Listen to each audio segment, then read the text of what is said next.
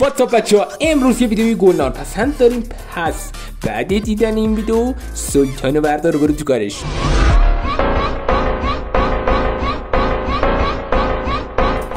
نره تو کارشا، به جاش ویدیو رو لایک کن، سابسکرایب کن، چنل ها زنگوله نوتیفیکیشن هم آن کن و بریم سراغ ویدیو. شماره 1 میلف سیتی با یه داستان خیلی باحال که راجبه یه پسریه که میخواد معلمش جر بده. چرا؟ چون تو کلاس تحقیرش کرده. حالا میاد برای انتقام چیکار میکنه؟ میاد با هر کس و ناکسی که هست توی اون مدرسه، مدیر، معلم و هر کسی که هست، میاد خلاصه بساط قرمه سبزی و برو میکنه و دیگه. آره، دومین بازی جذاب، هارم هتل.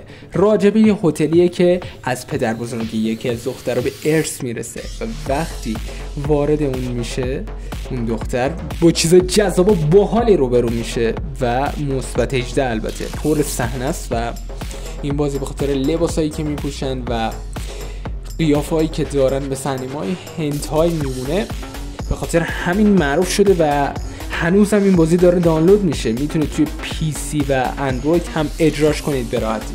شماره 3 هیروز هارم گوید. یه بازی خلاصه نمیدونم، فکر میکنم استراتژیک وار باشه، اما نه در اون حد. راجع به یه مرد فقیریه که میاد یه جادوگری، یه پیرزن، یه خریه چیزی، اینو تبدیلش میکنه به یه مرد پولدار و قدرتمند تو جامعه و میفرستدش توی گروه دختر رو رهبری کنه.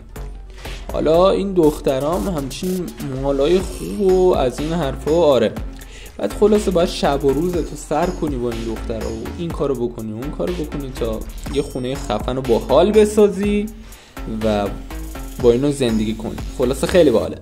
شماره 4 شیل هیل سیکرت. راجع به یه مرد معمولیه که خیلی شهوتیه و اعتیاد داشته به پی اچ، اما وارد دانشگاه میشه. خلاصه میبینه پی اچ جواب کنیست، میاد با دخترای دانشگاهشون میریزه رو هم. این بازی بیشتر روی پی سی قابل اجراست و میتونید به راحتی اون رو روی پی سی از سایت های مختلف دانلود کنید و بشینید بازی کنید.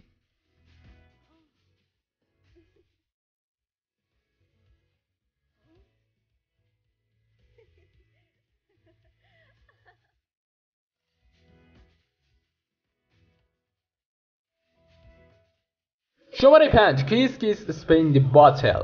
یه بازی جرأت حقیقت، اما با جرأت حقیقت های معمولی خیلی فرق میکنه چون مثبت 18 است. حالا این بازی نکردم، اگه میخواید تجربهش کنید حتما برید ببینید چی جوریه. میگن توش میشه چت کرد با کلی بازیکن خارجی. حالا نمیدونم تو ایران جواب بده یا نه. این بازی برای اندروید هستش، راحت میتونید از گوگل پلی بگیریدش و بازی کنید. ممنون که این ویدیو رو تا ته تماشا کردید. حتما لایک کنید ویدیو رو، سابسکرایب چنل یادتون نره، زنگوله نوتیفیکیشن هم آن کنید و تا یه ویدیوی دیگه. بای بای. راستی ویدیویی که پیشنهاد دادم بالا راجع به میماییه که توی 2023 خیلی معروف شدن، حتما ببینش.